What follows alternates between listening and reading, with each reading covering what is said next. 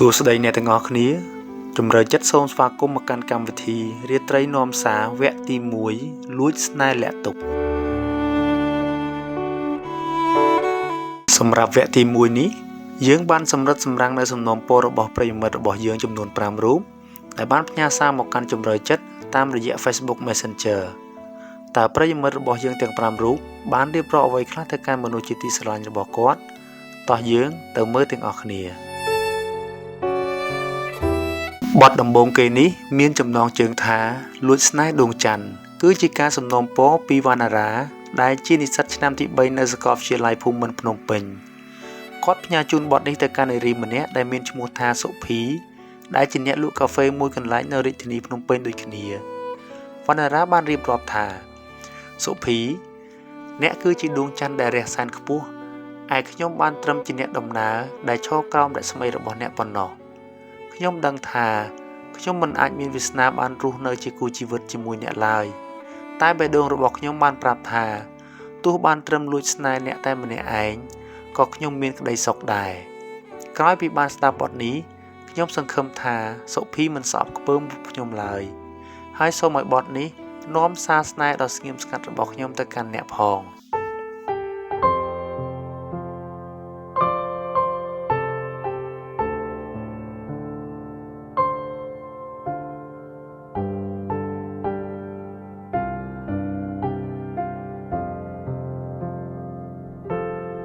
ច័ន្ទអើយរាំងសែនខ្ពស់ម្លេងទេប៉ុន្តែមៀងមេអ្នកនៅសែនឆ្ងា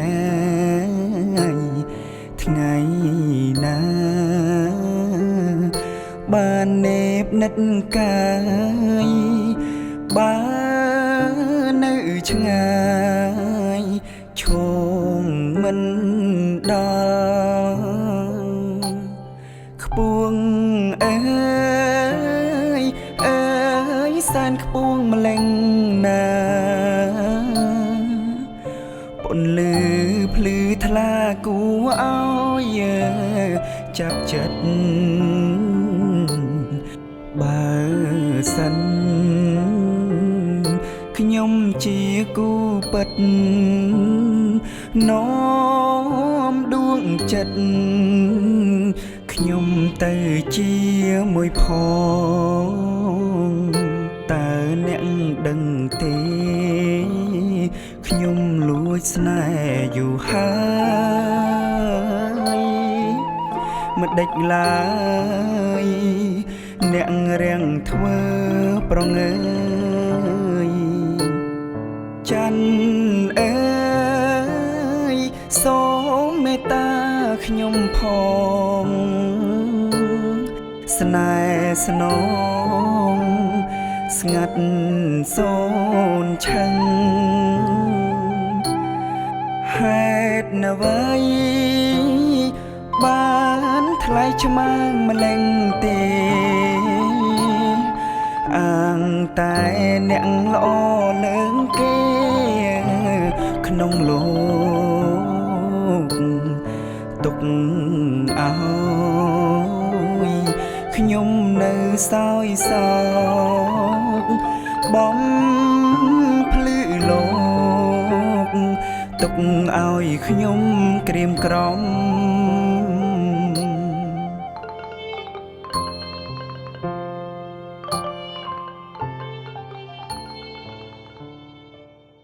ចំពោះបទទី2របស់យើងមានចំណងជើងថាផាត់ជ័យបណ្ដុលចិត្តជាការសំណូមពរពីវិចិត្រដែលគាត់ជាបុគ្គលិកធនាគារម្នាក់នៅខេត្តកំពង់ចាមគាត់ផ្ញើជូនបទនេះទៅកាន់សម្ផស្សដែលជាបុគ្គលិកធនាគារដូចគ្នាវិចិត្របានរៀបរាប់ថាសម្ផស្សមិនថាពេលណាក៏ដោយអ្នកគឺស្អាតខ្លាំងណាស់ហើយនៅពេលដែលអ្នកខឹងខ្ញុំមើលឃើញថាអ្នកកាន់តែគួរឲ្យស្រឡាញ់ខ្ញុំសង្ឃឹមថាតាមរយៈរាត្រីនាំសារនឹងនាំអារម្មណ៍របស់ខ្ញុំដែលមានចំពោះអ្នកឲ្យបានដឹងផងបើសិនជាអ្នកបានស្ដាប់បទនេះខ្ញុំសង្ឃឹមថាអ្នកនឹងឆ្លើយតបមកខ្ញុំវិញបើសិនជាអ្នកមិនប្រណីច្បាស់ណាស់ជីវិតរបស់ខ្ញុំនឹងមិនមានក្តីសុខឡើយ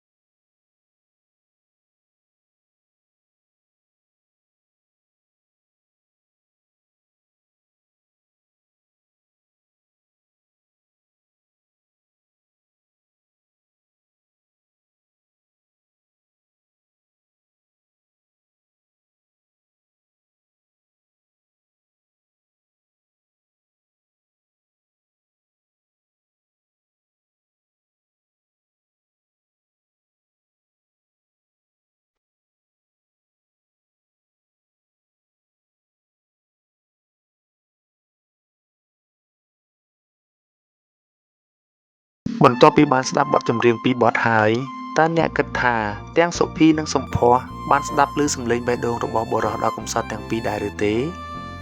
បើអ្នកជាសុភីនិងសំភ័សតើអ្នកមានអារម្មណ៍បែបណាហើយឆ្លើយតបវិញយ៉ាងដូចម្តេចឥឡូវខ្ញុំសូមបន្តចូលបទទី3គឺមានចំណងជើងថាលួចស្នេហ៍លួចទុកមិនដឹងថាប្រិយមិត្តរបស់យើងលួចដល់ពេលណាទៀតទេបទនេះជាការសំណូមពរពីបូរ៉ាដែលជាសិស្សថ្នាក់ទី12នៅវិទ្យាល័យមួយក្នុងក្រុងបាត់ដំបងផ្ញើជូនដល់នារីម្នាក់សូមមិនបញ្ចេញឈ្មោះជាមិត្តភក្តិរៀននៅសាលាជាមួយគ្នាបូរ៉ាបានរៀបរាប់ថាពេលខ្លះខ្ញុំមិនដឹងថាត្រូវញញឹមឬយំទេព្រោះបេះដូងរបស់ខ្ញុំបានលួចស្រឡាញ់គេតែម្នាក់ឯងទាំងដែលពួកយើងជាមិត្តភក្តិនឹងគ្នានាងតែងតែលើកទឹកចិត្តខ្ញុំធ្វើឲ្យខ្ញុំកាន់តែស្រឡាញ់នាងខ្លាំងឡើងដោយសារតែយើងជាមិត្តភក្តិទើបខ្ញុំគិតថាมันអាចសារភាពបាន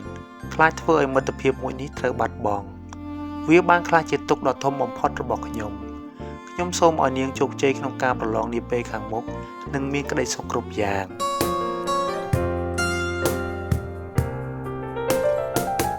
គេងព្រួយតែឯងរោគថ្លែងមិនរួច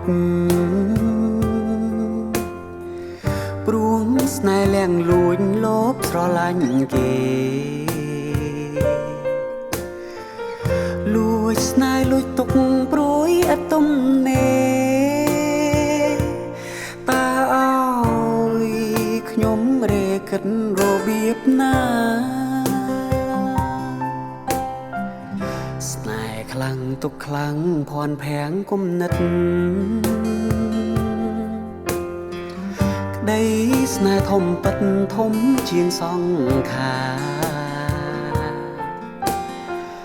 ប្រាខ្នងគងខ្នើយកាយកេងកាលណាឃើញតែភាំងត្រាច្បាំងនៅមុខបងយល់មុខទុកមកដូចជាគេដាក់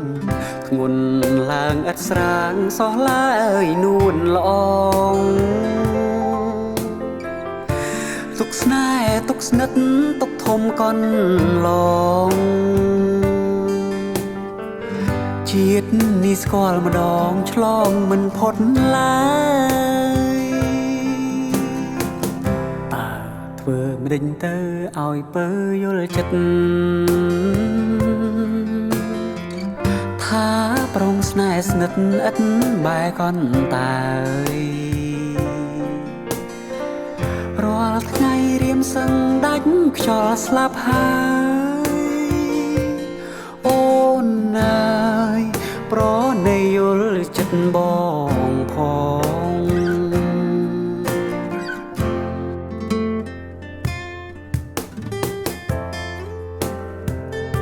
ចូលទៅកាន់បទទី4វិញមានចំណងជើងថាប្រយោគស្នេហ៍បទនេះផងដែរគឺជាការសំណូមពររបស់ប្រិយមិត្តយើងម្នាក់ដែលមានឈ្មោះថាសីហាដែលជាកសិកររស់នៅភូមិក្រសាំងពុលឃុំតាអូស្រុកគិរីវង្សខេត្តតាកែវគាត់បានផ្ញើជូនបទនេះទៅកាន់នារីម្នាក់ដែលមានឈ្មោះថានីតាដែលរស់នៅភូមិជាប់គ្នាសីហាបានរៀបរាប់ថាខ្ញុំតែងតែឃើញនាងធ្វើដំណើរកាត់មុខផ្ទះខ្ញុំជារៀងរាល់ថ្ងៃក្រោយមកខ្ញុំក៏បានសួរចាស់ទៅទើបដឹងថានាងជាអ្នករស់នៅភូមិជាប់គ្នាជាមួយខ្ញុំនាងធ្វើការជាបុគ្គលិកនៅគ្រឹះស្ថានមួយដែលជីវិតរបស់នាងហាក់បីដូចជាមានការតស៊ូខ្លាំងណាស់ចាប់ពីពេលនោះមកខ្ញុំតែងតែចាំមើលនាងជារៀងរាល់ថ្ងៃនៅពេលដែលព្រះច័ន្ទពេញបូរមីខ្ញុំសម្លឹងមើលហើយគិតស្រមើស្រមៃតែម្នាក់ឯងថាបានរស់នៅក្បែរនាងយ៉ាងមានក្តីសុខខ្ញុំសង្ឃឹមថានាងបានឮពីជម្រើសចិត្តរបស់ខ្ញុំតាមរយៈបទនេះមិនថាយ៉ាងណាខ្ញុំសង្ឃឹមថានាងនឹងមានក្តីសុខគ្រប់ពេលវេលាហើយជាចុងក្រោយខ្ញុំចង់ឲ្យនាងដឹងថាបុរសម្នាក់ដែលតែងតែមើលនាងរាល់ថ្ងៃ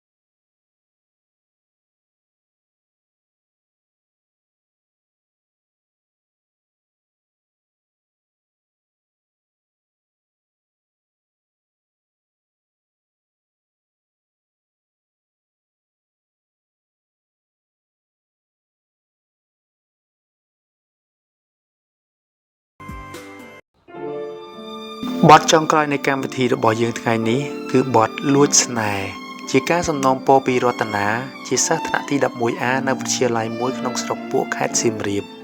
ផ្ញើជូនទៅកាន់នារីម្នាក់សុំមិនបញ្ចេញឈ្មោះដែលជាសិស្សរៀននៅថ្នាក់ទី 12B ក្នុងសាលាជាមួយគ្នារតនាបានរៀបរាប់ថាខ្ញុំមិនធ្លាប់មានស្នេហាពីមុនមកទេប៉ុន្តែនៅពេលដែលខ្ញុំបានជួបនាងជាលើកទី1ខ្ញុំមានអារម្មណ៍ថាមានអ្វីមួយយ៉ាងបានឆក់យកបេះដូងរបស់ខ្ញុំទៅនៅជាមួយនាងបាត់ទៅហើយក្រោយមកពេលដែលខ្ញុំបានឃើញនាងម្ដងខ្ញុំតែងតែមានអារម្មណ៍ថាភ័យបន្តិចអបន្តិចរកនិយាយមិនត្រូវពេលទៅរៀនខ្ញុំតែងតែបន់ស្រន់ឲ្យបានជួបនាងជានិច្ចយ៉ាងណាក៏ដោយគ្រប់យ៉ាងខ្ញុំមិនហ៊ាននិយាយពីអារម្មណ៍របស់ខ្ញុំចំពោះនាងដោយផ្ទាល់នោះទេគឺមានតែផ្ញើសារនេះតាមរយៈរាត្រីនាំសារប៉ុណ្ណោះខ្ញុំចង់ប្រាប់គេថាខ្ញុំស្រឡាញ់គេខ្លាំងណាស់សង្ឃឹមថាយើងជាគូនឹងគ្នាមើលដួងខែនឹងរាំងសែនឆ្ងាយសន់លំចិត្តសង្ឃឹមបានឃើញវងភាំងស្រងស្រីក្នុងដួងចិត្តបងរៀមសំសងជាគូស្នេហ៍នឹងចរណៃ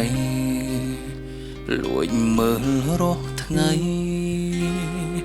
តែស្រីមិនដឹងខ្លួនបានឃើញស្ងួន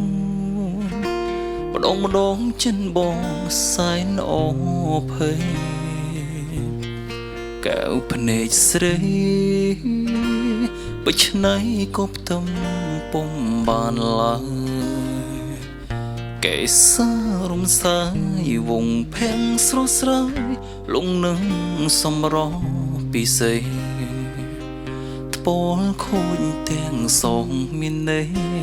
ពិសេសអូនល្អលើគេបានត្រឹមលួចមើលម្នាក់បានត្រឹមចំបាយរងពីងួយមកហាថ្លែងពុំហ៊ានវាចាប្រាប់ថាបងស្នេហ៍អូនណាស់ឲ្យបងលងឆ្លងវងវែងគេនឹងស្រមៃតាស្រីនៅក្បែរខ្លួនគឺអូននេះហើយត្រង់ត្រៃជាម្ចាំងដួងចិនបងសូមផ្ញើសំដីតាមដួងព្រះខាថាបងស្នេហ៍ស្រងស្រីកូននេះថាអូហូអូចិនអើយចិនសូមជួយវិចារប្រាប់កូននេះថាបងស្នេហ៍អូនខ្លាំងណាស់ជាតិនេះស្នេហ៍តាអូតើនីតានិងនារីអាចកំបាំងទាំងពីរជាអ្នកណាទៅតើពួកគេមានអ្វីពិសេសបានជាធ្វើឲ្យកំឡោះរបស់យើងទាំង3លងស្រឡាញ់គេដល់ថ្នាក់នេះសូមអរគុណដល់ប្រិយមិត្តទាំងអស់ដែលបានចំណាយពេលវេលាកម្សាន្តជាមួយរាត្រីនាំសារវគ្គទី1នារាត្រីនេះបើសិនជាអ្នកទាំងអស់គ្នាមានបំណងចង់សំណូមពរបទចម្រៀងផ្ញើជូនដល់មនុស្សជាទីស្រឡាញ់សូម comment ឬផ្ញើសារមកកាន់រាត្រីនាំសារតាមរយៈ Facebook ដែលមាន link ក្នុង description ខាងក្រោមហើយសូមចុច like និង subscribe ដើម្បីបន្តតាមដានកម្មវិធីរបស់យើងនៅវគ្គក្រោយៗទៀតកម្មវិធីរបស់យើងបានឈានដល់ទីបញ្ចប់ពីជំរឿចិត្តសូមអរគុណសូមសម្រានលក់សុបិនល្អរាត្រីសួស្តីប្រងើយច័ន្ទអើយសូមមេត្តាខ្ញុំផងស្នេហ៍ស្នងស្ងាត់សូនឆឹងហេតុអ្វីបានថ្លៃឆ្មាំងម្លេងទេអាងតែអ្នកល្អលើងគេ ក្នុងលោកទុកឲ្យខ្ញុំនៅសោយសោកបំភ្លឺលោកទុកឲ្យខ្ញុំក្រៀមក្រំ